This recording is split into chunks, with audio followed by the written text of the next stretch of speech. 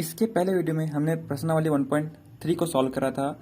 इस वीडियो में हम लोग द्वि आधारित संख्याएं पढ़ेंगे या इसको इंग्लिश में बोलते हैं बाइनरी ऑपरेशंस, और साथ ही में इससे संबंधित एग्जांपल्स भी पढ़ेंगे। तो आइए हम लोग इस टॉपिक को समझते हैं। यहाँ पे संक्रिया का मतलब होता है हमारे पास प्लस माइनस इंटू और डिवाइड को हम लोग बोलते हैं संक्रियाएं। अब यहाँ पे जो द्वि आधारी का मतलब क्या होता है? दो आधार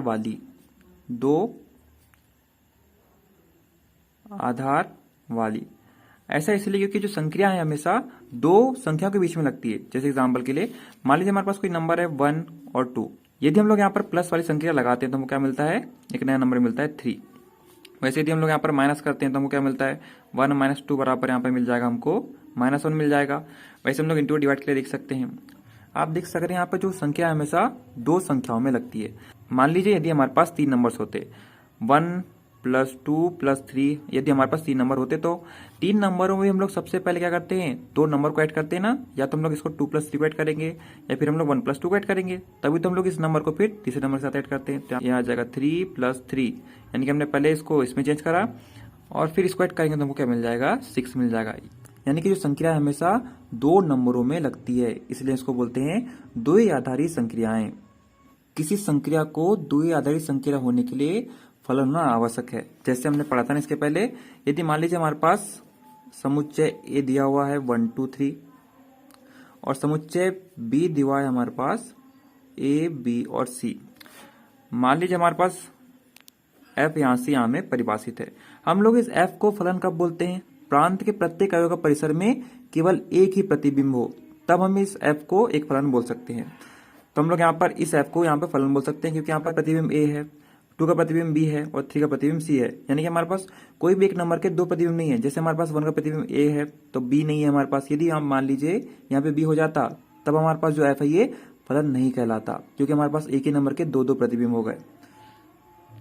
वैसे ही यदि हम लोग किसी संक्रिया को किसी दो नंबर में लगाए और यदि संक्रिया हमारे को एक नंबर दे रही है तो हम लोग इस संक्रिया को एक फलन बोल सकते हैं। जैसे हमारे पास यहाँ पे 1 + 2 = 3 है, हमारे पास यहाँ पे 4 नहीं आ सकता, 5 नहीं आ सकता, यानी कि हमारे पास दो नंबर का हमारे पास जो प्रतिबिंब है वो एक ही आ सकता है, मतलब 3 आ सकता है। हमारे पास 4 या 5 नहीं आ सकता, इसीलिए हम लोग इस संक्रिया को एक फलन बोल सकते हैं। और यदि संक्रिया फलन है तो हमारे पास इसको द्विआधारी संक्रिया भी बोला जा सकता है। हमारे पास यहाँ पर एफ भी फलन था और हमारे पास द्विआधारी संक्रिया भी फलन है।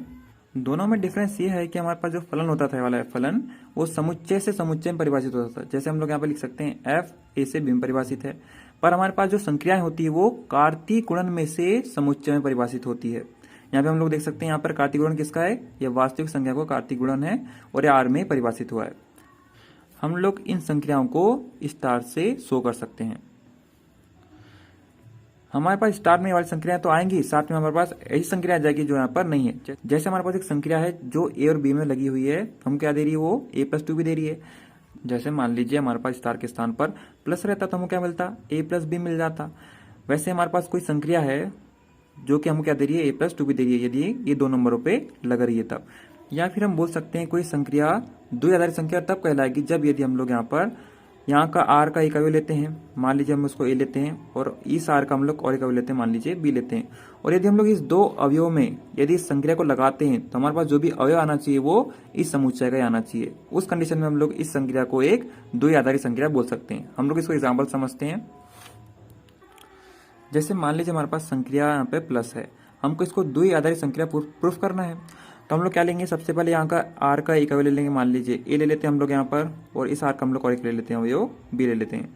अब यदि हम लोग इस ए और बी में संक्रिया प्लस लगाते हैं और हमारे पास जो भी अवयव आता है इस आर का ही आता है, तो हम लोग इस संक्रिया प्लस को एक द्विआधारी संक्रिया बोल सकते हैं। एग्जाम्पल के लिए मान लीजिए हम लोग यहाँ पर ए ले लेते हैं, हम लोग यहाँ पर 2 ले लेते हैं क्योंकि एक वास्तविक संख्या है वो भी, और हम लोग लेते हैं यहाँ पे 3 लेते हैं। अब इन दोनों में हम लोग संक्रिया लगाते हैं तो हमारे पास क्या हो जाएगा? हमको यहाँ पर प्लस संक्रिया लगाना है दोनों में, तो हमारे पास क्या आ जाएगा? यहाँ पर 2 + 3 आ जाएगा, बराबर क्या आ जाएगा? 5 आ जाएगा।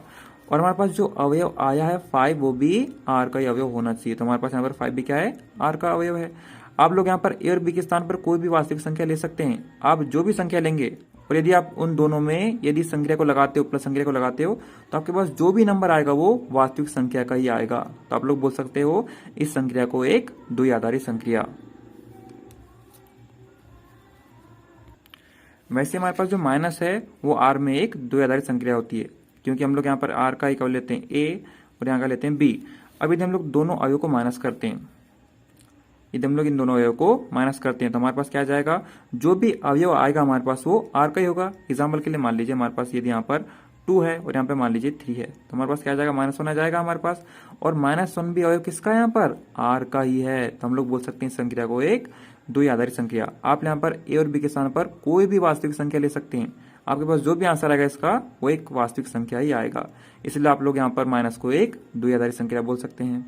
वैसे हमारे पास जो मल्टीप्लाई है वो आर में एक द्विआधारी संख्या होती है, क्योंकि यदि हम लोग यहाँ पर आर का कोई अवयव ए ले ले और आर का अवयव बी ले ले, और यदि हम लोग इन दोनों अवयव में संख्या इंटू लगाते हैं तो इंटू के बाद हमको जो भी नंबर मिलेगा वो आर का ही मिलेगा। एग्जाम्पल के लिए मान लीजिए यहाँ पर 4 है, यहाँ पे इंटू में मान लीजिए 5 है, तो हम लोग इंटू करेंगे तो क्या मिलेगा, 20 मिलेगा। और 20 अवयव हमारे पास किसका है, आर का ही है, मतलब वास्तविक संख्या की है।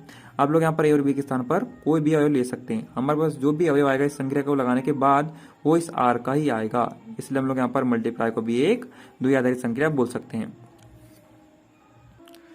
यहाँ पर प्रत्येक संख्या हमारे पास क्या थी, फलन थी, क्योंकि प्रत्येक संख्या हमको एक विशेष वैल्यू दे रही थी हमको यहाँ पर, इसलिए हम लोग इनको सबको क्या बोल रहे थे, एक द्विआधारी संख्या बोल रहे थे। पर हमारे पास जो डिवाइड है वो फलन नहीं है। और फलन क्यों नहीं है, क्योंकि हमारे पास जो डिवाइड है वो आर क्रॉस आर से आर में परिभाषित हो रहा है। और यदि हम लोग यहाँ पर आर का अवयव लेते हैं, मान लीजिए ए लेते हैं, और यहाँ का अवयव लेते हैं मान लीजिए बी लेते हैं। अब यदि हम लोग इन दोनों अवयव में इस संख्या को लगाते हैं तो हमारे पास जो भी अवयव आना चाहिए वो आर का ही आना चाहिए। एग्जाम्पल के लिए समझिए, मान लीजिए हमारे पास ए की वैल्यू 4 और बी की वैल्यू हमारे पास 2 है। अब यदि हम लोग इसमें संख्या लगाएंगे तो हमको क्या मिलेगा, हमको मिलेगा यहाँ पर 4/2 मतलब 2 मिलेगा। मतलब ऐसे अवयव के लिए हमारे पास ए और बी के ऐसे अवयव के लिए हमारे पास जो संख्या है वो क्या होगी, परिभाषित होगी, फलन होगी। पर यदि हम मान लीजिए हमारे पास आर में 0 भी तो होता है ना, क्योंकि वहाँ पे जो आर है वो वास्तविक संख्या का समुच्चय है, और वास्तविक संख्या में प्लस वाली संख्या, माइनस वाली संख्या, 0 पॉइंट वाली संख्या भी आ जाती है। यदि हमारे पास मान लीजिए ए की वैल्यू 4 ही होती और बी की वैल्यू हमारे पास क्या हो जाती, 0 हो जाती, तब क्या हो जाता हम, क्योंकि बी क्या है हमारे पास, वास्तविक संख्या कोई अवयव है हमारे पास, तो हमारे पास वैल्यू क्या आ जाती है, 4/0, मतलब क्या आ जाती, अपरिभाषित, मतलब अनंत आ जाती। तो इस वैल्यू के लिए हमारी जो संख्या है वो परिभाषित नहीं है, यानी कि हम लोग इस संख्या को फलन नहीं बोल सकते। और यदि संख्या फलन नहीं होगी तो हम लोग इसको द्विआधारी संख्या भी नहीं बोल सकते।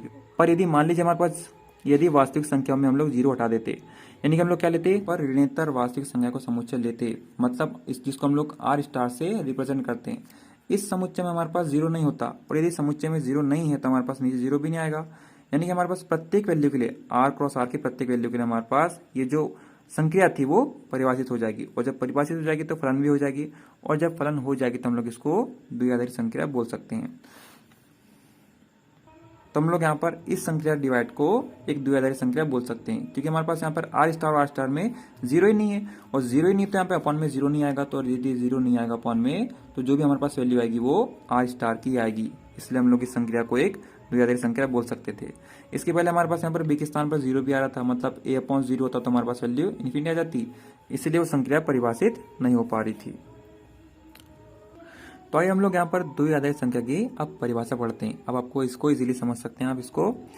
यहाँ पर लिखा है, किसी समुच्चय ए में एक द्विआधारी संख्या स्टार एक फलन होती है जो कि a क्रॉस a से a में परिभाषित होती है, और हमारे पास जो संख्या होती है वो a और b में लगती है, और हम लोग इसको a स्टार b द्वारा भी निरूपित कर सकते हैं। यानी कि हमारे पास द्विआधारी संख्या एक फलन ही होती है। एग्जाम्पल 29 हमने थोड़ी देर पहले समझा था, वो हम लोग एग्जाम्पल नंबर 30 समझते हैं। हमको यहाँ पे सिद्ध करना है, ये जो अंतर होता है और जो भाग होता है वो n में एक द्विआधारी संख्या नहीं होता। तो हमें एग्जाम्पल नंबर 30 में सिद्ध करना है कि हमारे पास जो अंतर है और जो भाग है वो n में द्विआधारी संख्या नहीं है। तो सबसे पहले हम लोग अंतर के लिए प्रूफ करते हैं।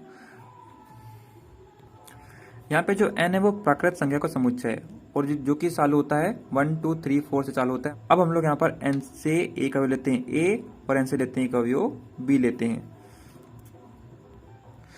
और हम लोग यहाँ पर एक वैल्यू लेते हैं मान लीजिए 4 ले लेते हैं, और b की वैल्यू लेते हैं मान लीजिए हम लोग यहाँ पर 3 ले लेते हैं। यदि हम लोग इन दोनों अवयव में, क्योंकि दोनों नंबर क्या है, प्राकृत संख्या के नंबर है, अब यदि हम लोग इन दोनों नंबर पे कौन सी संख्या लगाएंगे, माइनस वाली संख्या लगाते हैं, तो क्या आ जाएगा हमारे पास, हम लोग यहाँ पर a माइनस b करेंगे तो हमारे पास क्या आ जाएगा, यहाँ पर 4 - 3 आ जाएगा, जो क्या आ जाएगा 1, और हमारे पास वन में क्या होता है, इस n का एक अवयव होता है। पर ये जो बात है वो प्रत्येक अवयव के लिए सत्य होनी चाहिए। पर यदि मान लो हम लोग यहाँ पर 3 पहले लेते हैं, हम लोग ए की वैल्यू यहाँ पे ले लेते हैं 3 ले लेते हैं, ए की वैल्यू हम लोग यहाँ पर 3 ले रहे हैं और बी की वैल्यू हम लोग यदि ले रहे हैं 4, तब हमारे पास क्या हो जाएगा, ए माइनस बी मतलब 3 माइनस 4, और 3 माइनस 4 बराबर क्या आ जाएगा हमारे पास, अब 1 नहीं आएगा, हमारे पास आएगा -1। अब बताइए आप ही कि यहाँ पे जो -1 क्या हमारे पास n में है, नहीं, हमारे पास n में तो नेगेटिव संख्या होती नहीं ना। और जो बात है प्रत्येक अवयव के लिए सत्य होनी चाहिए, तभी मैं यहाँ पर n को एक फलन बोल सकता हूँ। यदि n फलन होगा तभी क्या हो सकती है, वो एक द्विआधारी संख्या हो सकती है। पर हम लोग यहाँ पर n को द्विआधारी संख्या नहीं बोल सकते, क्योंकि हमारे पास जो अवयव आ रहा है संख्या लगाने के बाद वो क्या आ रहा है, इस n का अवयव नहीं आ रहा है। अब आइए चेक करते हैं हमारे पास जो डिवाइड है यानी कि जो भाग है वो n में द्विआधारी संख्या है या नहीं है। तो मान लीजिए हम लोग यहाँ पर n का एक अवयव लेते हैं, मान लीजिए a लेते हैं, और इस n का अवयव लेते हैं हम लोग b। हम लोग a की वैल्यू लेते हैं मान लीजिए, और इसको ले लेते हैं हम लोग 4 ले लेते हैं, और b की वैल्यू लेते हैं मान लीजिए 2 ले लेते हैं।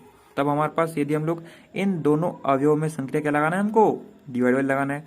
अब हम लोग इन दोनों में डिवाइड की संख्या लगा देते हैं, तो हमारे पास क्या आ जाएगा, 4/2 आ जाएगा, यानी कि हमारे पास लास्ट में क्या आ जाएगा, 2 आ जाएगा। अब ये जो 2 है हमारे पास इस n का अवयव है, पर हमको ये जो बात है ये प्रत्येक अवयव को प्रूफ करनी है। अब यदि मान लीजिए हमारे पास यहाँ पर 2/4 हो जाता, यानी कि हम लोग यहाँ पर a की वैल्यू ले लेते 2 ले लेते, और यदि b की वैल्यू 4 ले लेते, तब यदि हम लोग की संख्या लगाते हैं यहाँ पर तो क्या आ जाता है हमारे पास आ जाता है यहाँ पर 2/4 आ जाता, और डिवाइड करते तो क्या आ जाता हमारे पास 1/2। क्या हमारे पास 1/2 इस n में है, नहीं है। हमारे पास तो n में क्या होते हैं 1 2 3 4 ऐसे अवयव होते हैं, हमारे पास अपन वाले अवयव n में नहीं होते, इसलिए हम लोग इसको एक द्विआधारी संख्या नहीं बोल सकते। एग्जाम्पल नंबर 31 को सिद्ध करना है कि जो संख्या स्टार है जो कि r क्रॉस r से r में परिभाषित है, और जो संख्या हमारे पास स्टार है वो क्या दे रही है, a+4b का स्क्वायर दे रही है। और हमको इसको सिद्ध करना है कि ये जो स्टार है वो एक द्विआधारी संख्या है। हम लोग क्या करते हैं, r का एक अवयव लेते हैं, a लेते हैं, और यहाँ पर जो b अवयव है हमारे पास दूसरे r का b अवयव है, और जो संख्या स्टार है वो इन दोनों अवयव में लगेगी। जैसे हमारे पास यदि मान लीजिए प्लस रहता तो क्या मिलता हमको, a+b मिलता कि नहीं। वैसे हमारे स्टार संख्या तो हम क्या मिलेगी, ये स्टार संख्या इनमें लग रही है तो हमको क्या मिल रहा है यहाँ पर a+4b का स्क्वायर मिल रहा है। तो हमको सिद्ध करना है कि जो हमारे पास संख्या है वो एक द्विआधारी संख्या है, और जो कि बात सही भी है। यदि हम लोग यहाँ पर r का कोई भी अवयव लेते हैं और r का यहाँ का कोई अवयव भी लेते हैं, और यदि दोनों अवयव में संख्या को लगाते हैं, और हमारे पास यदि संख्या लगाने के बाद a+4b का स्क्वायर आता है, तो हमारे पास जो भी इसका मान आएगा वो क्या होगा, r का ही अवयव होगा। एग्जाम्पल के लिए समझते हैं, मान लीजिए हमारे पास यहाँ पर एग्जाम्पल के लिए हम लोग मान लेते हैं a का मान लेते हैं हम लोग मान 2, और b का मान ले लेते हैं हम लोग यहाँ पर 3 ले लेते हैं। अब यदि हमारे पास जो संख्या क्या लग रही है, a*b लग रही है, यानी कि दोनों में लग रही है, और क्या दे रही है हमको a+4b का स्क्वायर दे रही है। अब हमारे पास क्या आ जाएगा यहाँ पर, क्योंकि यहाँ पर a*b है तो हमारे पास क्या आ जाएगा 2*3 आ जाएगा, और हमारे पास यहाँ पर आ जाएगा 2+4 इंटू b का स्क्वायर मतलब 3 का स्क्वायर आ जाएगा। अब इसके वैल्यू निकाल के देखते हैं हम लोग, तो हमारे पास क्या आ जाएगी, 2+4 इंटू 9 आ जाएगी, 9 4 जा 36 आ जाएगा हमारे पास, प्लस 2 आ जाएगा, वैल्यू क्या आ जाएगी हमारे पास 38 आ जाएगी। यानी कि हमारे पास इसकी वैल्यू क्या है, ये है, और इसकी वैल्यू हमारे पास क्या आ जाएगी 38 आ जाएगी। और जो 38 अवयव होता है हमारे पास r का ही तो होता है, यानी कि हमारे पास जो अवयव आ रहा है वो r का ही आ रहा है। आप ये जो कंडीशन है प्रत्येक अवयव के लिए चेक कर सकते हैं, यानी कि हमारे पास प्रत्येक अवयव के लिए जो भी हमारे पास a+4b की स्क्वायर की वैल्यू आएगी वो r की आएगी। इसलिए हम लोग जो स्टार संख्या को एक द्विआधारी संख्या बोल सकते हैं। एग्जाम्पल नंबर 32 बोल रहा है हमको, मान लीजिए कि P किसी प्रदत्त समुच्चय X के समस्त उप समुच्चयों का समुच्चय है, और हमको सिद्ध करना है यहाँ पर जो यूनियन होता है जो कि P क्रॉस P से P में परिभाषित है, और हमारे पास जो संक्रिया यूनियन है वो क्या दे रही है, A यूनियन B दे रही है, द्वारा प्रदत्त तथा इंटरसेक्शन जो कि P क्रॉस P से P में परिभाषित है, और जो क्या दे रही है हमको A इंटरसेक्शन B दे रही है संक्रिया। तो हमको यहाँ पर यूनियन और इंटरसेक्शन को P में एक द्विआधारी संक्रिया होती है सिद्ध करके लाना है। तो एग्जाम्पल 32 को अच्छे समझते हैं। हमारे पास जो x क्या दिया हुआ है, समुच्चय दिया हुआ है हमारे पास, और जो p है वो x के समस्त उप समुच्चयों का समुच्चय है। इसको एग्जाम्पल समझते हैं। मान लीजिए हमारे पास जो x है वो एक समुच्चय है, मतलब x में हमारे पास मान लीजिए 1 2 और 3 अवयव होंगे। तो हमारे पास x के उप समुच्चय क्या क्या हो जाएंगे, हमारे पास आ जाएगा यहाँ पर 1 2 आ जाएगा, वो भी क्या है हमारे पास x का एक उप समुच्चय है। हमारे पास यहाँ पर 2 3 आ जाएगा, हमारे पास यहाँ पर 1 3 आ जाएगा। हमारे पास यहाँ पर आ जाएगा 1 2 3 भी आ जाएगा, 1 भी आ जाएगा, 2 भी आ जाएगा, 3 भी आ जाएगा। यानी कि हमारे पास ऐसे प्रत्येक उप समुच्चय आएंगे किसके, x के आ जाएंगे। अब इसी को हमने क्या नाम दे दिए, p नाम दे दिए, क्योंकि p क्या है, वहां पर x के समस्त उप समुच्चयों का समुच्चय है हमारे पास p। यानी कि हम लोग इसको, आपने पढ़ेंगे 11th में, इसको क्या बोलते हैं हम लोग, एक घात समुच्चय बोलते हैं, इसको घात समुच्चय बोलते हैं। घात समुच्चय इंग्लिश में इसको बोलते हैं पावर सेट, इसलिए इसको हमने p से रिप्रेजेंट करें। यहाँ पर हम यहाँ पर सिद्ध करना है जो यूनियन संक्रिया है, जो कि p क्रॉस p से p में परिभाषित है। इस एक द्वि आधारित संक्रिया होती है। वैसे हमको जो इंटरसेक्शन है, जो हमारा सर्वनिष्ठ है, p क्रॉस p से p में परिभाषित है, वो क्या है, द्वि आधारित संक्रिया है। तो हम लोग सबसे पहले वाले प्रूफ करते हैं यूनियन को। हम लोग यहाँ पर सबसे पहले p का एक अवयव लेंगे, मान लीजिए समुच्चय a ले लेते हैं हम लोग यहाँ से, और p से हम लोग यहाँ पर और एक समुच्चय ले लेते हैं b ले लेते हैं। अब यदि हम लोग इन दोनों समुच्चय में संक्रिया यूनियन लगाते हैं तो हमारे पास जो भी अवयव आना चाहिए वो p का ही आना चाहिए। एग्जाम्पल के लिए मान लीजिए हम लोग यहाँ पर 1 2 को ले लेते हैं, a ले लेते हैं, और यहाँ पर 2 3 को ले लेते हैं, b ले लेते हैं। अब यदि हम लोग इन a और b में कौन सी संख्या लगाएंगे, हम लोग यहाँ पर यूनियन वाली संख्या लगाते हैं, तो हमारे पास क्या आ जाएगा, हम लोग यदि यहाँ पर a यूनियन b निकालते हैं तो क्या आ जाएगा हमारे पास a यूनियन b की वैल्यू क्या आ जाएगी, हमारे पास आ जाएगी a, मतलब a की वैल्यू कितनी है, 1 2 है, और यूनियन क्या आ जाएगा b, और b की वैल्यू कितनी है हमारे पास 2 3 है। और यदि हम लोग इनका दोनों का यूनियन निकालेंगे तो हमारे पास क्या आ जाएगा, हमारे पास आ जाएगा इनका यूनियन 1 2 3 आ जाएगा। और हमारे पास जो 1 2 3 है ना, वो भी अवयव किसका होना चाहिए, इस समुच्चय p का एक अवयव होना चाहिए। तो आप देख सकते हैं यहाँ पर हमारे पास यहाँ पर इस समुच्चय में 1 2 3 भी प्रेजेंट है। यानी कि हम लोग यहाँ पर p का एक अवयव ले रहे हैं और इस p का एक अवयव ले रहे हैं, और इस दोनों अवयव में हम लोग संक्रिया लगा रहे हैं, तो हमारे पास जो भी मान आ रहा है इस संक्रिया लगाने के बाद, यूनियन लगाने के बाद, वो p का ही अवयव आ रहा है। मतलब हम लोग को इस यूनियन को एक द्वि आधारित संक्रिया बोल सकते हैं। आप ये जो कंडीशन है, ये आप लोग इस समुच्चय के प्रत्येक अवयव के लिए चेक कर सकते हैं। सबके लिए जो भी मान आएगा हमारे पास इस समुच्चय के अंदर ही आएगा, मतलब p का ही मान आएगा हमारे पास, कहीं दूसरा वाला मान नहीं आने वाला। आइए हम लोग अब इंटरसेक्शन के लिए समझते हैं। अब यदि हम लोग यहाँ पर p का एक समुच्चय लेते हैं a, और इस p का एक समुच्चय लेते हैं b लेते हैं। अब हमको दोनों में कौन सा संक्रिया लगानी, कौन सी संक्रिया लगानी, हमको यहाँ पर इंटरसेक्शन लगाना है, लगा देते हैं। मान लीजिए हमारे पास यहाँ पर a का मान कितना था, 1 2 था, और b का मान हमारे पास 2 3 मान लेते हैं। इसके लिए भी a का मान कितना है हमारे पास यहाँ पर है 1 2 है, और b का मान कितना है हमारे पास यहाँ पर, b का मान हमारे पास यहाँ पर 2 3। तो यहाँ पर सर्वनिष्ठ यानी कि जो इंटरसेक्शन हमारे पास है उसमें कौन से मान आ जाते थे हमारे पास, जो अवयव यहाँ पे दोनों में कॉमन है वो अवयव हमारे पास आ जाएगा। तो हमारे पास क्या आ जाएगा यहाँ पर, हमारे पास आ जाएगा यहाँ पे भी 2 कॉमन है, यहाँ पे भी 2 कॉमन है, तो हमारे पास आ जाएगा यहाँ पर 2 आ जाएगा। और हमारे पास जो 2 समुच्चय आया है वो p का ही क्या एक अवयव है। आप देख भी सकते हैं यहाँ पर जो 2 था वो क्या था, इस p का ही तो एक अवयव था ना हमारे पास, यानी कि हमारे पास जो वैल्यू आई थी वो p की आई। इसलिए हम लोग यहाँ पर जो इंटरसेक्शन है उसको भी एक द्विआधारी संक्रिया बोल सकते हैं। आप जो कंडीशन है इस समुच्चय के प्रत्येक अवयव के लिए चेक कर सकते हैं। हमारे पास जो भी अवयव आएगा इस समुच्चय p का ही कोई भी अवयव आएगा, p का मान। एग्जाम्पल नंबर 33 में हमारे पास कोई संक्रिया है v, जो कि क्या दे रही है, इन दोनों अवयव का अधिकतम मान दे रही है, जो कि r क्रॉस r से r में परिभाषित है। और हमारे पास और एक संक्रिया है वेज, जो कि हमको इन दोनों अवयव में से न्यूनतम मान दे रही है। हमको इन दोनों संक्रियाओं को यानी कि वेज को और यहाँ पर जो v है, दोनों को हमको द्वि आधारित संक्रिया प्रूफ करके लाना है। एग्जाम्पल नंबर 33 में हमारे पास जो v है और जो वेज है, इसको हमको द्वि आधारित संक्रिया प्रूफ करके लाना है।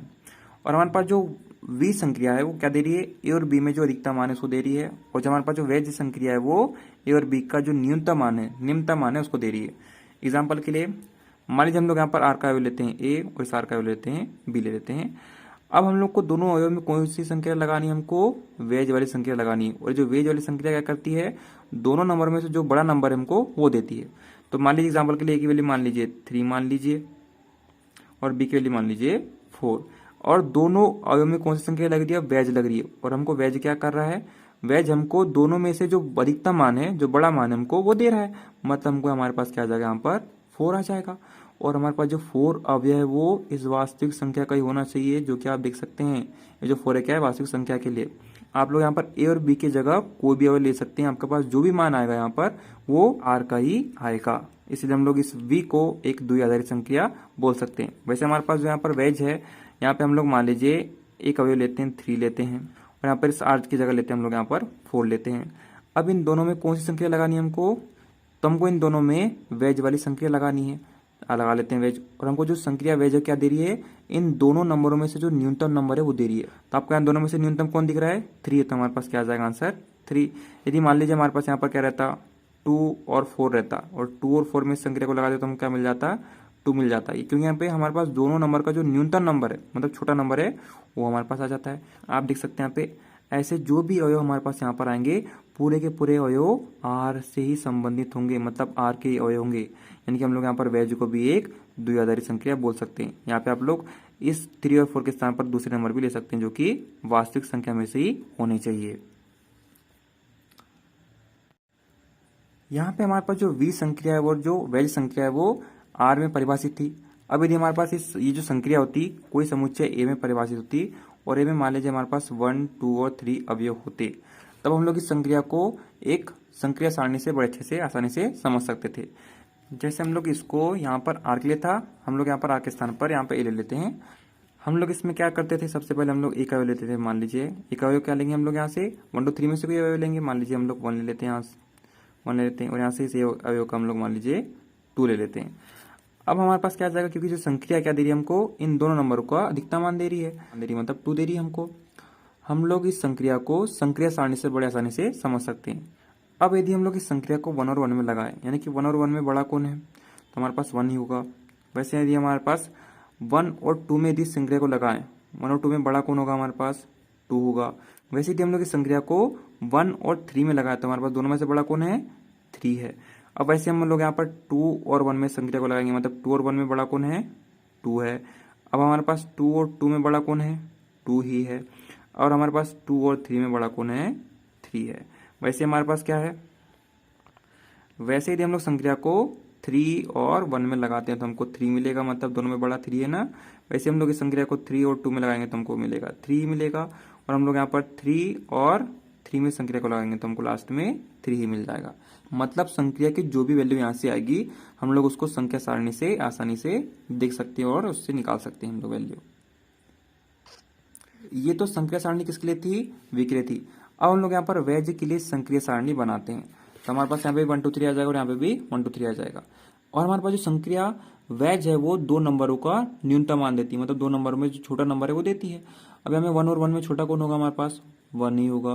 वैसे हमारे पास यहाँ पर 1 और 2 में छोटा कौन होगा, 1 होगा। 1 और 3 में छोटा कौन होगा, 1 होगा। अब हम लोग यहाँ पर 2 और 1 को लेते हैं, तो हमारे पास 2 और 1 में छोटा कौन हो जाएगा, 1 हो जाएगा। 2 और 2 में छोटा कौन हो जाएगा, 2 ही हो जाएगा। 2 और 3 में यदि संख्या को लगाते हैं, मतलब 2 और 3 में छोटा कौन हो जाएगा, 2 हो जाएगा।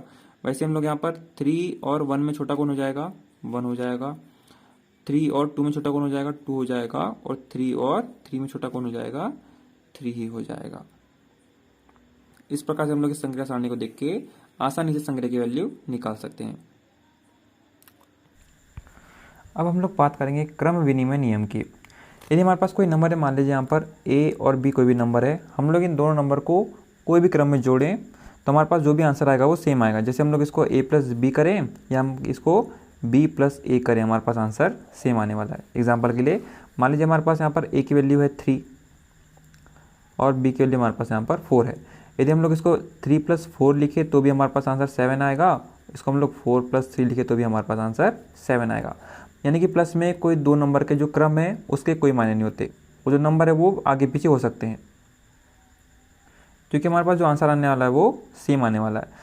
पर हमारे पास यदि इस संख्या प्लस के स्थान पर माइनस आ जाए, यदि हमारे पास यहाँ पर 3 - 4 आ जाए और यहाँ हमारे पास इसका आंसर कितना आ जाएगा, -1 आ जाएगा, और 4 - 3 का आंसर कितना आ जाएगा, 1 आ जाएगा। यानी कि हमारे पास माइनस में क्रम के मायने होते हैं। हम लोग 3 + 4 = 4 + 3 लिख सकते हैं, वही पर हम यहाँ पर ऐसा नहीं लिख सकते। हमारे पास यहाँ पर 3 - 4 की वैल्यू 4 माइनस 3 की वैल्यू के बराबर नहीं होती। मतलब हमारे पास माइनस में क्रम के माने होते हैं, यानी कि क्रम चेंज करने पर जो उसका अर्थ होता है, जो आंसर आता है हमारे पास, उसका आंसर भी चेंज हो जाता है। अब यही बात हम लोग यदि क्रॉस वाली संख्या के ऊपर लागू करें, मतलब मल्टीप्लाई के ऊपर लागू करें, तो हमारे पास क्या आ जाएगा। मान लीजिए दो नंबर वही 3 और 4 ले लेते हैं हम लोग यहाँ पर।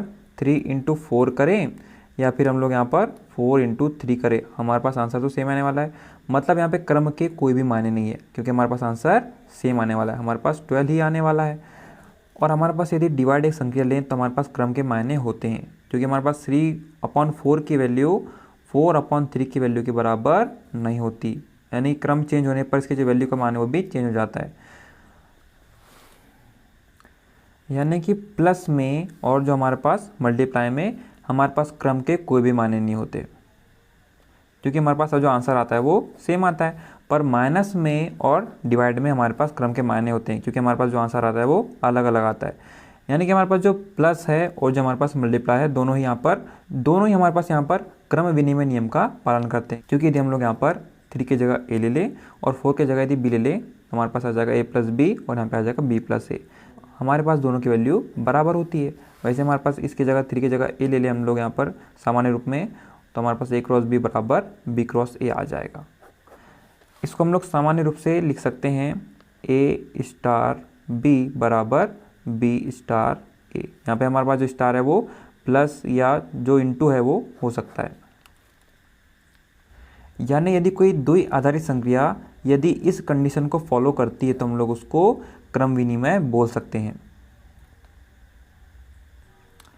आइए हम लोग यहाँ पर क्रम विनिमय की हम लोग परिभाषा समझते हैं। यहाँ पे लिखा है समुच्चय x में एक द्विआधारी संक्रिया स्टार क्रम विनिमय यानी कम्यूटेटिव कहलाती है यदि प्रत्येक a b belongs to x के लिए a स्टार b बराबर b स्टार होना चाहिए।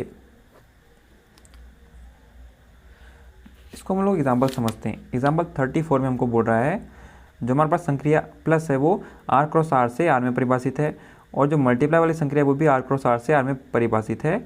एक क्रम विनिमय द्विआधारी संक्रिया होती है, परंतु हमारे पास जो माइनस है जो कि r क्रॉस r से r में परिभाषित है, और जो डिवाइड है वो r स्टार से r स्टार में परिभाषित है, क्रम विनिमय नहीं होती। हमको ये प्रूफ करके लाना है। हमने इसको थोड़ी देर पहले समझा था। यदि हम लोग यहाँ पर r से a लेते हैं और इस r से b लेते हैं, और यदि हम लोग दोनों अवयव में प्लस संक्रिया लगाते हैं तो हमको जो भी मान मिलेगा तो हम लोग यहाँ पर दोनों का ऑर्डर चेंज कर सकते हैं, यानी कि b प्लस a कर सकते हैं। यानी कि हमारे पास जो a प्लस b है वो बराबर b प्लस a आ रहा है। यानी हम बोल सकते हैं यहाँ पर a स्टार b बराबर क्या है, b स्टार a है। यानी कि हमारे पास जो संक्रिया प्लस है वो एक क्रम विनिमय द्विआधारी संक्रिया है। वैसे हमारे पास जो मल्टीप्लाई थी इसके थोड़ी देर पहले हमने देखे थे, वो भी क्या थी, एक क्रम विनिमय द्विआधारी संक्रिया थी। पर यहाँ पे जो माइनस और जो डिवाइड है वो क्रम विनिमय द्विआधारी संक्रिया नहीं है, क्योंकि हम लोग यहाँ पर r के स्थान पर लेते हैं 3 लेते हैं, वैसे r के स्थान पर मान लीजिए 4 लेते हैं। हमको इन दोनों अवयव में संक्रिया लगाना है माइनस, तो हमारे पास क्या आ जाएगा 3 - 4 आ जाएगा, बराबर क्या आ जाएगा -1 आ जाएगा। इसका ऑर्डर चेंज करते हैं, मतलब हम लोग अब 4 - 3 करते हैं, तब हमारे पास आ जाएगा 1 आ जाएगा। हमारे पास दोनों की वैल्यू सेम नहीं है, इसलिए हम लोग बोल सकते हैं कि जो माइनस है वो एक क्रम विनिमय नहीं है। वैसे जो डिवाइड है वो भी क्रम विनिमय नहीं है। हम लोग उन दोनों में डिवाइड वाली संक्रिया लगाते हैं, तो हमारे पास क्या आ जाएगा, यहाँ पर आ जाएगा 3 / 4 आ जाएगा, मतलब 3/4 आ जाएगा। अब हम इसका उल्टा करते हैं, हम लोग यहाँ पर 4 / 3 करते हैं, तो हमारे पास क्या आ जाएगा 4/3 आ जाएगा। और हमारे पास दोनों की वैल्यू सेम नहीं होती, इसलिए हम बोल सकते हैं जो संक्रिया यहाँ पर जो डिवाइड वाली थी वो एक क्रम विनिमय नहीं है। एग्जाम्पल नंबर 35 में हमको प्रूफ करना है कि जो संक्रिया स्टार है जो कि क्या दे रही है हमको, a + 2b दे रही है जब a b में लागू हो रही तब, जो कि r क्रॉस r से r में परिभाषित है। हमको इसको प्रूफ करना है कि क्रम विनिमय नहीं होती। क्वेश्चन 35 में हमको यहाँ पर a स्टार भी दिया हुआ है, a + 2b, मतलब जो संक्रिया है वो हमको ये वैल्यू दे रही है, और हमारे पास जो संक्रिया है वो r क्रॉस r से r में परिभाषित है। हमको प्रूफ करना है कि संक्रिया है वो क्रम विनिमय नहीं है। अब हम लोग देखते हैं यहाँ पर, यदि हमारे पास यहाँ पर a स्टार b का मान a + 2b है, तो हमारे पास यहाँ पर b स्टार a का मान कितना हो जाएगा, यहाँ पे शुरू में क्या आ जाएगा, क्योंकि यहाँ पे a था तो हमारे पास यहाँ पे a था। अब यदि हमारे पास सामने में क्या है b है, तो हमारे पास इस a के स्थान पर b आ जाएगा, और लास्ट में हमारे पास क्या चल जाएगा, b की जगह a चल जाएगा। अब हम लोग यहाँ पर पर्टिकुलर कोई वैल्यू ले लेते हैं। हम लोग को इसको क्रम विनिमय नहीं है प्रूफ करना है, मतलब हमको यहाँ पर a star b is not equal to B star A prove करके लाना है। हम लोग यहाँ पर ए और बी की जगह कोई वैल्यू ले लेते हैं हम लोग, जो कि कहाँ से होनी चाहिए, इस आर से होनी चाहिए।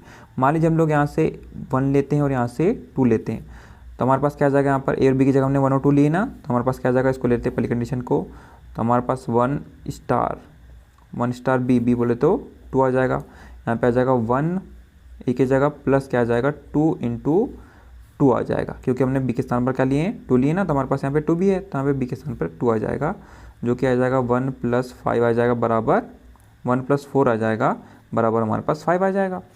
अब हम लोग यहाँ पर निकालते हैं बी स्टार ए मतलब हमारे पास बी की वैल्यू कितनी है, 2 स्टार 1 आ जाएगा यहाँ पे, तो इसकी वैल्यू क्या आ जाएगी, हमारे पास आ जाएगी 2 जैसा का वैसा प्लस 2 इंटू 1 आ जाएगा, मतलब हमारे पास आ जाएगा 2 + 2 बराबर 4 आ जाएगा। आप देख सकते हैं तो यहाँ पर 1 स्टार जो 2 है वो नॉट इक्वल टू किसके, 2 स्टार 1 के, यानी हम बोल सकते हैं यहाँ पर जो ए स्टार बी है वो नॉट इक्वल टू किसके, बी स्टार ए के। आप यहाँ पर ए और बी की जगह, यहाँ पर आप लोग यहाँ पर ए और बी की जगह कोई दूसरी वैल्यू को लेकर भी चेक कर सकते थे 1 2 के अलावा। अब हम लोग साहचर्य नियम को समझते हैं। जैसे हमारे पास जो क्रम विनिमय नियम था वो 2 अवयव में लगता था, वैसे हमारे पास जो साहचर्य नियम है उसके लिए हमको 3 अवयव की आवश्यकता होती है।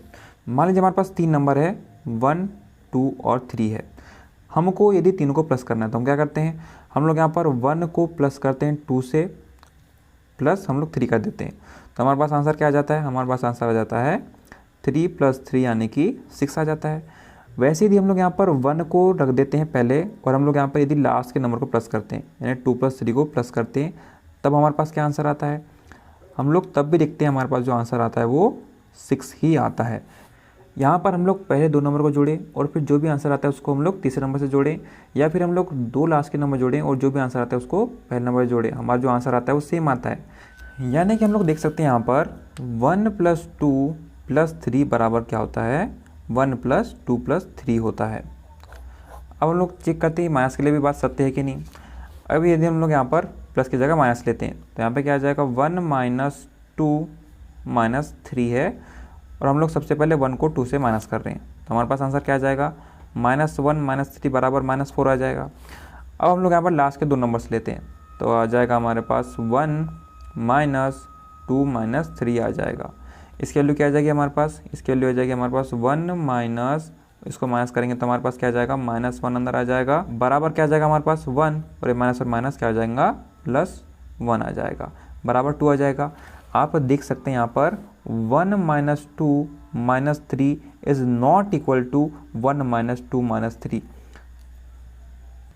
यानी कि हम लोग किस नंबर को किस नंबर से घटाते हैं यहाँ पर इसके मायने हैं, पर यहाँ पे इसके जो मायने नहीं थे यहाँ पर।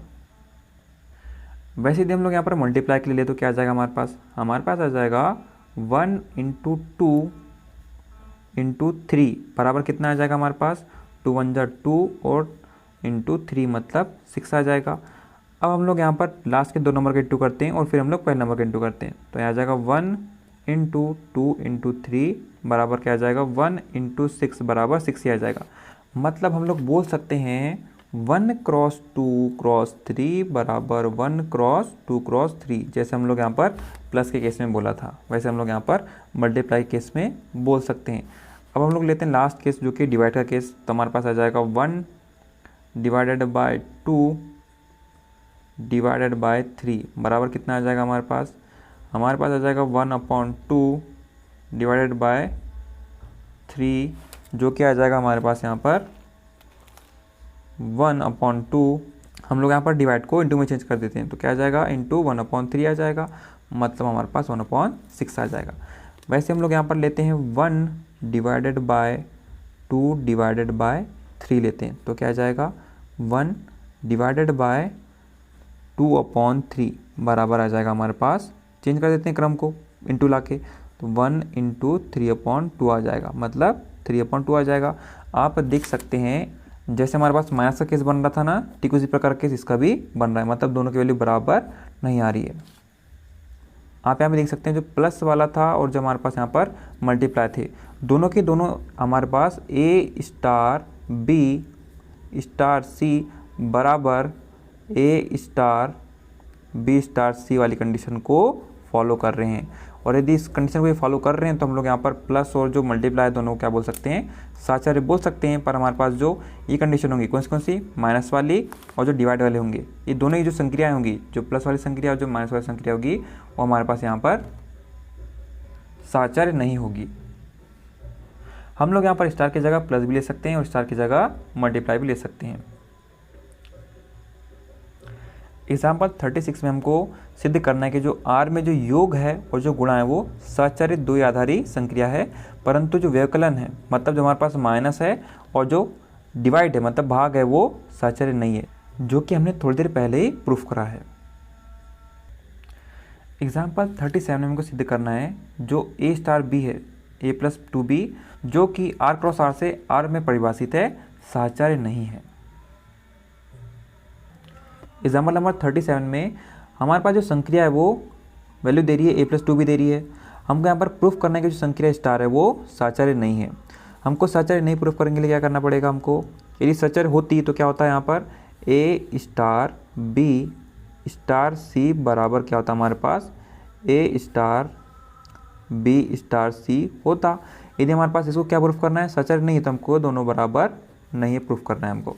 तो मान लेते हैं हम लोग यहाँ पर 3 वैल्यू मानना पड़ेगा क्योंकि हमारे पास C भी होता है यहाँ पर। तो हम लोग यहाँ पर A की वैल्यू मान लेते हैं हम लोग यहाँ पर 8 मान लेते हैं, B की वैल्यू मान लेते हैं हम लोग 5 और C की वैल्यू मान लेते हैं हम लोग 3 मान लेते हैं। आप यहाँ पे कोई वैल्यू मान सकते हैं पर मैं बुक के अनुसार जा रहा हूँ। तो हमारे पास सबसे पहले A star B star C की वैल्यू निकालते हैं। तो क्या आ जाएगी हमारे पास A star B star C की वैल्यू क्या आ जाएगी हमारे पास, ये आ जाएगी 8 स्टार 5 स्टार 3 आ जाएगी। अब हमारे पास जो संक्रिया है वो दो अवयवों में लगकर क्या देती है हमको, A प्लस 2 भी देती है। यहाँ पे आप लोग 8 को A मान सकते हैं और जो 5 है उसको B मान सकते हैं। तो हमारे पास वैल्यू क्या आ जाएगी, यहाँ पर क्या थी A प्लस 2 भी थी, यहाँ पर 8 प्लस 2 इंटू 5 आ जाएगा क्योंकि यहाँ पर 2B था ना, तो यहाँ पे 2 इंटू 5 आ जाएगा। और स्टार में क्या हमारे पास यहाँ पर 3 है, इसको लिख सकते हैं हम लोग यहाँ पर 8 प्लस 10 स्टार 3 लिख सकते हैं। इसको लिखा जा सकता है यहाँ पर 18 स्टार 3 लिख सकते हैं।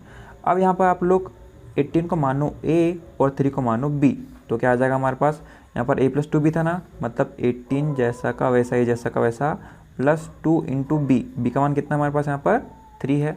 तो हम लोग यहाँ पर लिख सकते हैं 18 प्लस 6 लिख सकते हैं, मतलब हमारे पास कितना आ जाएगा, हमारे पास आ जाएगा 24।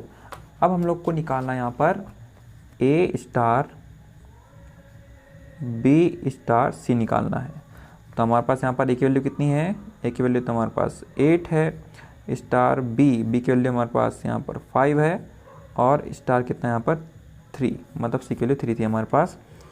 इसको लिख सकते हैं यहाँ पर A स्टार, यहाँ पर आप 5 को मान लीजिए A और 3 को मान लीजिए B, तो क्या हो जाएगा हमारे पास वैल्यू A जैसा का वैसा, हमारे पास A जैसा का वैसा था ना, A जैसा का वैसा और 2 इंटू B, मतलब यहाँ पे आ जाएगा 5 प्लस 2 इंटू 3 आ जाएगा। हम लोग लिख सकते हैं यहाँ पर 8 स्टार 5 प्लस 6 लिख सकते हैं। यहाँ पे आ जाएगा A स्टार 8 स्टार 11 आ जाएगा। और इसको मान लीजिए आप A मान लीजिए, इसको मान लीजिए B, तो फिर से हमारे पास क्या आ जाएगा A प्लस 2B, मतलब 8 प्लस 2 इंटू 11 आ जाएगा।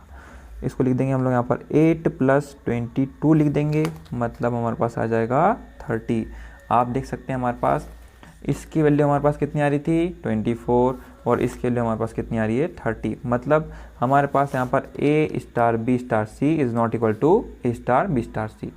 हम लोग बोल सकते हैं जो संक्रिया स्टार थी जो कि R क्रॉस R से R में परिभाषित थी, साचार्य नहीं है। अब हम लोग यहाँ पर तत्समक अवयव के कॉन्सेप्ट को समझते हैं। मान लीजिए हमारे पास कोई नंबर है A, हम लोग इस नंबर में क्या जोड़ें कि हमारे पास जो आंसर है वो A ही आ जाए। तो आप बोलेंगे हम लोग यहाँ पर 0 जोड़ सकते हैं तो हमारे पास आंसर आ जाएगा A। वैसे ही हम लोग इसको उल्टा भी लिख सकते हैं, हम लोग इसको लिख सकते हैं 0 प्लस A भी लिख सकते हैं। वैसे यदि आपको बोलो मान लीजिए हमारे पास कोई नंबर A है, इसमें कौन सा नंबर इंटू किया जाए कि हमारे पास आंसर A ही आ जाए, तो आप बोलेंगे यहाँ पर 0 तो नहीं आ सकता क्योंकि यदि 0 का इंटू करेंगे तो हमारे पास आंसर 0 आ जाएगा। तो आप यहाँ पे बोलेंगे हम लोग यहाँ पर 1 का इंटू कर सकते हैं, तो हमारे पास जो भी आंसर आएगा क्या आ जाएगा A आ जाएगा। हम लोग इसको 1 इंटू A भी लिख सकते हैं। आप यहाँ पर एक स्थान पर कोई भी नंबर ले सकते हैं, जैसे 2, 3, 4 ऐसे कोई भी नंबर ले सकते हैं। और यदि वो नंबर में हम लोग 0 जोड़ेंगे तो हमारे पास वही नंबर ही आ जाएगा। वैसे यदि हम लोग यहाँ पर कोई नंबर लेते हैं 2, 3, 4 ऐसे कोई नंबर लेते हैं और उसमें यदि 1 का इंटू करते हैं तो हमारे पास वापस से वही नंबर आ जाता है। तो हम लोग वहाँ पर 0 को प्लस के सापेक्ष एक तत्समक अवयव कहते हैं। वैसे हम लोग यहाँ पर 1 को गुणा के सापेक्ष एक तत्समक अवयव कहते हैं। हम लोग तत्समक अवयव को ई से प्रदर्शित करते हैं। पर हमारे पास यहाँ पर माइनस में और डिवाइड में कोई भी तत्समक अवयव उपस्थित नहीं होता। तो मान लीजिए हमारे पास a माइनस ऐसा कौन सा अवयव हम लोग यहाँ पर लेके हमारे पास a आ जाए, तो आप हमें बोलेंगे यार 0 तो आ सकता था, तो यहाँ पे क्या आ जाता, हमारे पास a आ जाता। हम लोग यहाँ पर 0 को माइनस का तत्समक अवयव बोल सकते थे, पर हमारे पास जो कंडीशन ये इसके लिए भी लागू होनी चाहिए। हमारे पास ये जो कंडीशन है ये 0 माइनस a के लिए भी लागू होनी चाहिए, पर हमारे पास आंसर क्या आ जाता, उस समय हमारे पास आंसर आ जाता -a। यानी कि हम लोग देख सकते हैं a माइनस 0 बराबर a हो रहा है, पर हमारे पास इज़ नॉट इक्वल टू क्या आ रहा है, हमारे पास 0 माइनस a आ रहा है। इसलिए हम लोग यहाँ पर 0 को माइनस का तत्समक अवयव नहीं बोल सकते, क्योंकि ये पहली कंडीशन तो फुलफिल हो रही है, पर दूसरी वाली जो कंडीशन थी हमारे पास 0 माइनस a वाली, यानी कि ये वाली कंडीशन फुलफिल नहीं हो रही है। पर यहाँ पे दोनों कंडीशन फुलफिल हो रही थी, a प्लस 0 बोलो या फिर 0 प्लस a बोलो, हमारे पास आंसर तो a ही आ रहा था, पर ये कंडीशन यहाँ पे फुलफिल नहीं हो रही है। वैसे हमारे पास डिवाइड में भी तत्समक अवयव उपस्थित नहीं होता, पर आप तो बोलेंगे यहाँ पर जो डिवाइड का तत्समक अवयव एक बोल सकते हैं, क्योंकि हम लोग यदि a में डिवाइड करते हैं 1 को तो हमारे पास आंसर आ जाता है a ही। पर ये जो कंडीशन ये इसके लिए लागू नहीं हो सकती, क्योंकि यदि हम लोग यहाँ पर 1 डिवाइड a करें तो हमारे पास क्या आ जाएगा, 1/a आ जाएगा, और दोनों वैल्यू एक दूसरे के बराबर नहीं है।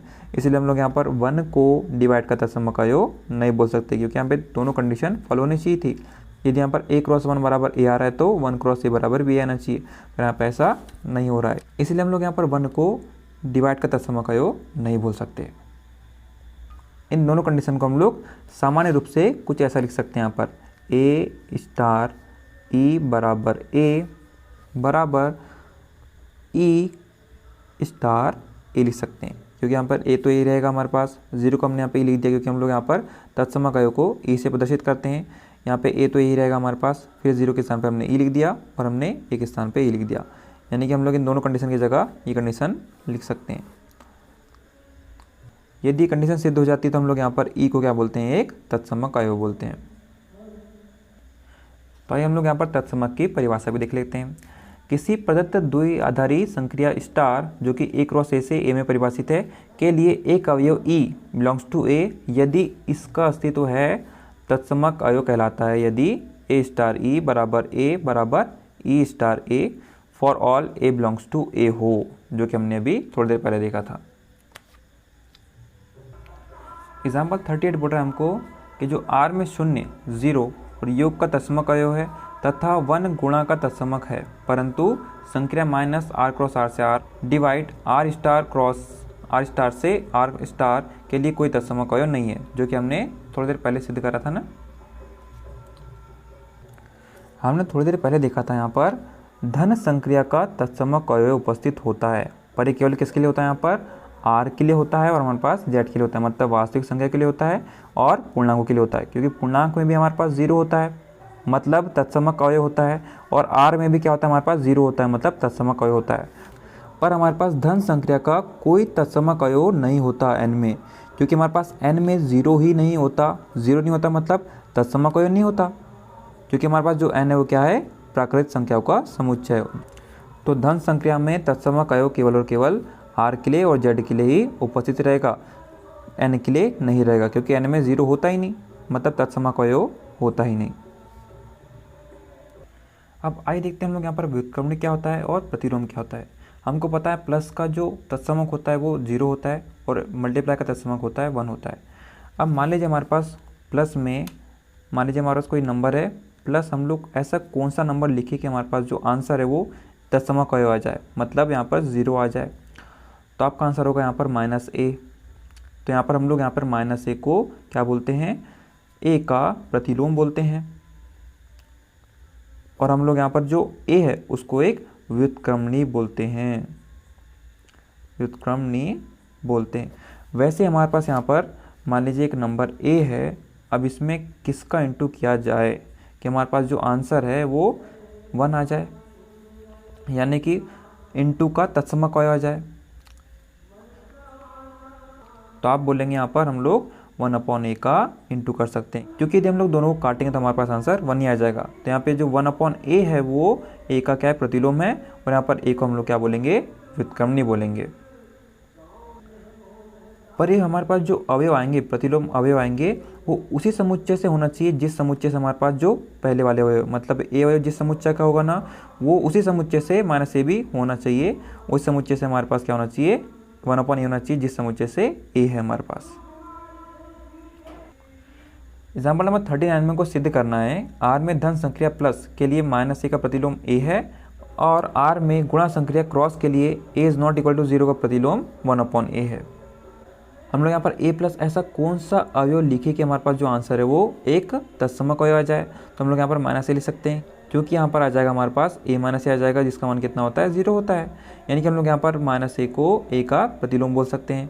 वैसे यदि हम लोग यहाँ पर -a को पहले लिख दें, -a को पहले लिख दें और a को बाद में लिख दें, तो भी हमारा आंसर क्या आएगा, 0 आएगा। इसलिए हम लोग यहाँ पर -a को a का प्रतिलोम बोल सकते हैं। और वैसे यदि हम लोग यहाँ पर a में ऐसा कौन सा अवयव का इंटू करें तो हमारा जो आंसर है वो एक तत्समक आ जाए क्रॉस में ही। तो हम लोग यहाँ पर 1/a का इंटू कर देते हैं। तो हम लोग यहाँ पर 1a इंटू 1/a का इंटू करें या 1/a इंटू a करें तो हमारे पास आंसर क्या आ रहा है, वहाँ पे 1 ही आ रहा है, मतलब हमारे पास क्रॉस का तत्समक अवयव आ रहा है। इसलिए हम लोग यहाँ पर 1/a को a का प्रतिलोम बोल सकते हैं। पर यहाँ पे ध्यान देने की बात यह है कि हमारे पास जो a और जो -a थे दोनों ही अवयव कहाँ के होना चाहिए, r के होना चाहिए। यहाँ पे a भी क्या है हमारे पास r का ही है और -a भी r का ही है। हमारे पास r में नेगेटिव नंबर्स भी होते हैं और पॉजिटिव नंबर्स भी होते हैं, 0 भी होता है और पॉइंट वाले नंबर्स भी होते हैं। अब आइए हम लोग एग्जाम्पल नंबर 40 देखते हैं। हम क्या हमें सिद्ध करना है कि n में धन संक्रिया प्लस के लिए a बिलोंग्स टू n का प्रतिलोम -a नहीं है, और n में गुणा संक्रिया क्रॉस के लिए a belongs to n a is not equal to 1 का प्रतिलोम 1/a नहीं है। तो इसको समझते हैं। जैसे हमने यहाँ पर a प्लस हम लोग ऐसा कौन सा अवयव लिखते कि हमारे पास 0 आ जाता, तो हमारे पास यहाँ पर -a लिख सकते थे, क्योंकि माइनस से हमारे पास r में होता था। आप बताइए यहाँ पर हम लोग a अवयव कहाँ का ले रहे हैं, हम लोग n का ले रहे हैं। अब यदि हमारे पास जो भी यहाँ पर अवयव आएगा वो n का ही आएगा। अब बताइए यदि मैं a लिखता हूँ, a प्लस ऐसा कौन सा अवयव लूँ जो कहाँ का रहना चाहिए, n का रहना चाहिए, कि हमारा आंसर क्या आना चाहिए, 0 आना चाहिए। तो आप लोग यहाँ से ऐसा कोई n से अवयव निकाल सकते हैं, मतलब प्राकृत संख्या से ऐसा कोई अवयव निकाल सकते हैं जिसको यहाँ रखने पर हमारे पास 0 आ जाए, मतलब तत्समक आ जाए। ऐसा हो नहीं सकता, आप लोग को यहाँ पर -a रखना पड़ेगा तभी आंसर हमारा 0 आएगा। और यदि आप लोग यहाँ पे -a रखते हैं और हमारे पास जो -a मतलब कोई माइनस संख्या n में तो होती नहीं ना, और जब n में नहीं होती तो हमारे पास इस नंबर का यहाँ पर प्रतिलोम उपस्थित नहीं होगा। वैसे आपको बोला जाए a में ऐसा कौन सा नंबर का इंटू किया जाए कि हमारा जो आंसर है वो क्या आ जाए, 1 आ जाए, यानी कि इंटू का तत्समक अवयव आ जाए। आपको यहाँ पर 1/a लिखना ही पड़ेगा तभी हमारा आंसर 1 आएगा। पर हमारे पास जो 1/a अवयव है वो n का अवयव नहीं है। 1/a मतलब ओपन वाली संख्या, मतलब वहाँ पर एक स्थान पर 2, 3, 4 ऐसे कोई भी अवयव आ सकते हैं। यानी हम लोग बोल सकते हैं ऐसा अवयव n में होता ही नहीं। यदि हमारे पास n में ऐसा अवयव होता ही नहीं तो एक का प्रतिलोम का अस्तित्व होगा ही नहीं। आप यहाँ पर देख सकते हैं -a is not belongs to n और 1/a is not belongs to n।